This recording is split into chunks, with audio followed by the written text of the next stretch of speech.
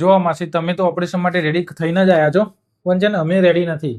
કારણ કે જે તમારું ઓપરેશન કરવા લાયક છે ને કેસ છે નહીં. પહેલી વસ્તુ કે અત્યારે તમારો ઘસારો છે ને એકદમ બહુ જ સામાન્ય કન્ડિશનમાં છે. લગભગ પહેલા સ્ટેજનો ઘસારો કહેવાય. એટલે આવા ઘસારામાં ઓપરેશન કરીએ કે ના કરીએ કંઈ બહુ ફરક ના પડે. લગભગ ઓપરેશન કર્યા વગર પણ તમારો દુખાવો મટવાના ચાન્સ 80 થી 90% તો છે જ. ઓપરેશન કરશો આવા કેસમાં તો એ તમને 99, 90, 95% જ ફરક પડે. 5% તો થોડી તકલીફ રહે. હજી પણ તમે છે ને હજી 4-5 વર્ષ ખેંચી શકો એવું છે. અમને લાગતું નથી કે અત્યારે આ કન્ડિશનમાં આટલા સમયમાં કોઈ ઇમરજન્સીમાં ઓપરેશન કરવું જોઈએ.